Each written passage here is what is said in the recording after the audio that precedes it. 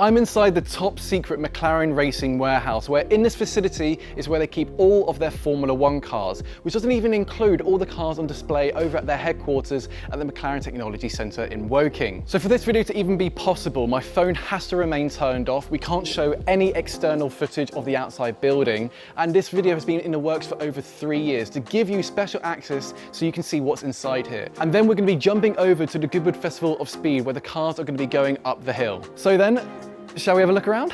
The heritage team have been established for many, many years. Obviously, our Formula One team has a long heritage and pedigree. In the workshop at the moment, we have multiple cars because we're a few weeks away from Goodwood, and those include cars that we're running as part of the demonstration at Goodwood, and also we have a number of customer cars that are in for service because many of our customers like to look at their cars but also run them. In terms of the cars that we have in our collection, we have a number of cars from the early 60s, then range through the 70s, 80s, 90s and up to now. As soon as the current McLaren finishes its last race of the season, that car is then classified as a heritage car. Now, it will remain out in Abu Dhabi for a few extra days for the post-season test, and it will then be flown back to the McLaren Technology Centre, but then will be transported here. We run through a standard cycle as the Formula One team finishes with that car. We analyse all of the stock, understand what needs to carry over to the following year, and all of that stock is then separated to make sure, running under the cost cap, we are being as efficient as possible. At that point, they're then transferred into the heritage team.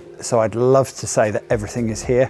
With 60 years of heritage, we have quite a lot of cars and the facility is not big enough to be able to do all of that in one place. So we have a number of the cars on display at MTC. We have a number of the cars in storage at MTC. We have a number of the cars in storage here, and we plan ahead to have a workshop that's flexible to be servicing our heritage cars on a rolling basis to ensure that they are all in good order, and also service customer cars. And then towards the back end of the year, we then expect the output from the Formula One team to sense check and archive last year's car to become a heritage. But before they had multiple off-site storage facilities, they even had over 70 cars being held here in this facility. But now the cars are equally distributed around. Every heritage car is different. And I think if you look through our archive, you've got cars that are predominantly fabricated. You've got cars with simple electronics, complex electronics. You've got cars that are fully molded. What we are trying to do, and have been for the last 5 to 10 years, is be really, really diligent in your stock to make sure you keep spares that you will need to keep the car running. Occasionally has pitfalls, and we then are able to remanufacture parts if we need to. And I think one of the things that's the biggest challenge is the electronics and the hardware to be able to manage cars with early electronic systems. So 80s and 90s cars, we need to use 80s and 90s computers to be able to run them, but we're constantly looking at tuning that process and rewriting software to where we can move on to more robust hardware. Now, in the facility, you have the engine bays for the cars that are currently being worked on, which include everything from engine rebuilds, electronic checks, seat fittings, even repaint jobs on the older cars. Overseeing the engine bays, you have the drawing room, which holds all of the original drawings for the Formula One cars. And later on in the video, we'll be seeing the original drawings for one of my favourite cars, James Hunt's 1976 McLaren M23. Now, directly under the drawing room, you'll find every type of wheel, rim and tyre that you could think of, ranging from modern day slick and wet tyres back to classic tyres which aren't even produced anymore. So tyres is a complex topic in the world of heritage. So unlike current Formula One, you can use multiple different types of tyres, and we tune our tyres dependent on getting something that will fit. Some of these cars could be raced in certain series, but in reality, most of them are used for demonstrations like Goodwood Festival of Speed or the Velocity event in America, and those runs are normally 5 to 10 laps maximum. Now, just behind the engine bays, it seems a little obvious to say, but it's the storage for all the completed cars with blacked out dust sheets. These cars are all in working condition and are covered to protect not only the car but also from the paintwork. Before, these used to be in clear dust sheets, which looked great on camera, but on a hot summer's day it wouldn't be the most practical. The cars in here range from Emerson Fittipaldi's championship winning 1974 M23, Niki Lauda's 1970 MP4 2B03, and even the 1997 MP412 used for testing in that classic stunning orange testing livery. Bearing in mind the regulations of engines have changed hugely through the last 20 to 30 years, and we want to keep all of our cars running. So how you approach an engine that may have had a life of 300 kilometres versus a more modern engine that may have many thousands of kilometres, is managing that is a complex task that they can be run this year, next year, and well into the future. Now, some of you may have noticed that some of the cars are featuring tobacco products here, whereas the other ones just have the original design, but no logos. Now, this was a result of tobacco brands being banned to advertise in Formula 1. So any car that you see without a logo placement belongs to McLaren themselves, whereas others which still do belong to a customer who has kept it for historical reasons. Now, on my visit, I was asked what is my favourite McLaren Formula 1 car. For me, like I mentioned earlier, it's James Hunt's 1976, made famous by the film Rush. And so then during my visit, they asked if I would like to see original drawings of that M23, which got presented to me by the legendary engineer and designer Neil Oatley. Everything that still exists for these cars is stored in this archive here. Probably for each car there must be half a dozen rolls of material. Drawing was a little bit of an art form in those days.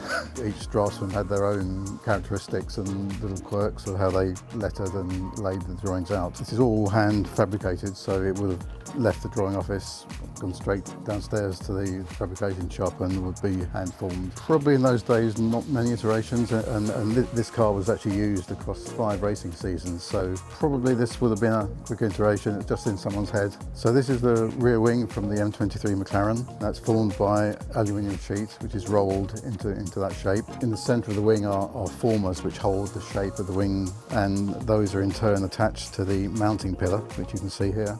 Bottom end bolts to the top of the gearbox. Down in this little box here, the materials are laid out, so it specifies the aluminium specification and the thickness of material that's used. So we have access to all of the CAD and all of the drawings, and all of the drawings for all of our cars are now digitised. Although we still physically have the paper drawings because it's important for provenance that those are kept, we can look at all of it digitally. And should we need to recreate something, we keep tooling where appropriate, but sometimes you may only have a part. Being experts in reverse engineering, you can mould off something, or you may need to use a paper drawing to have a pattern or a mould manufactured to be able to make a part. But if you've got all the engineering data, which we have, you can remanufacture anything. McLaren have been working for months to prepare for this big display for the Goodwood Festival of Speed. And a little later we'll be speaking with Oscar Piastri, who will be driving this, the McLaren M26. But once at an event like this, how are these heritage cars prepared for demonstration laps? Well, I caught up with the team to explain through the whole process. So the car being from 1977, there's a lot of systems we have to check. Let's say not like a modern car, but we have to check that all the spark plugs and everything, the spark boxes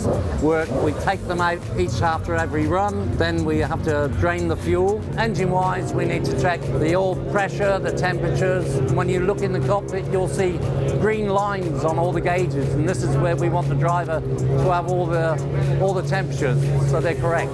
Back in the day, you'd have just started the engine from cold, but we've found over the years that putting the water heaters on them, it's much better for all the tolerances. We make sure it's up to temperature before we start it. It's up to about 60 degrees before we start the engine, and then when it comes back, we need to do the same again. Because we're in and out the garage so many times each day, we have to keep it at those temperatures. All we have is the ignition switch down here and the fuel pump here. As long as we've got 120 psi for the fuel pressure, we're ready to go. As you can see, still old-fashioned again, at proper gear change. Also the steering wheel. This is not the original steering wheel. That's still back in the workshop because, like I say, it's from 1977, so we've adapted another steering wheel. You have the seat belts, they're modern, 6-point harnesses, and then the fire extinguishers, they're modern, but we've had them actually made to look like the originals because we've got so many drivers in and out the car this weekend that we have to have all this padding in there. Some drivers need it, some don't. 5 minutes and driver's out and another driver in. We needed to move the seat belts about 3 inches, and this is because he's actually got big hips, so we're just waiting for him to come back and we'll try the belts, and now they've been readjusted. And hopefully this is correct, so we're ready to go then. Now that the car is ready to go, they are then wheeled down to the assembly area before starting up and going for their display run. Well, this is nice, isn't it? Very cozy. Very excited, very nervous too, because it's got a thing called a gearbox and a H pattern, so No, I'm. Once I get into first gear, I should be okay. But I've never really driven a race car that I haven't actually raced myself. So this is the oldest car I've driven by a long way. And I mean, seeing Lewis's Vodafone car is very, very cool. It's kind of like the cars I grew up watching. A little bit easier to get off the line, so that might be my next car. But you know, even seeing Mika's car, you know, the transition from like 1977, which is what I'm driving, to Mika's in '99. It's pretty amazing how quickly the sport changed in 20 years. Like I mentioned in the beginning, this video has been in the works for 3 years, and I just want to thank the entire team at McLaren for opening their doors and showcasing their incredible facility. For more information, they are linked down in the description below, and if you're new to my channel, hey, why not subscribe for more videos like this? Thanks ever so much for watching, and I'll see you next time.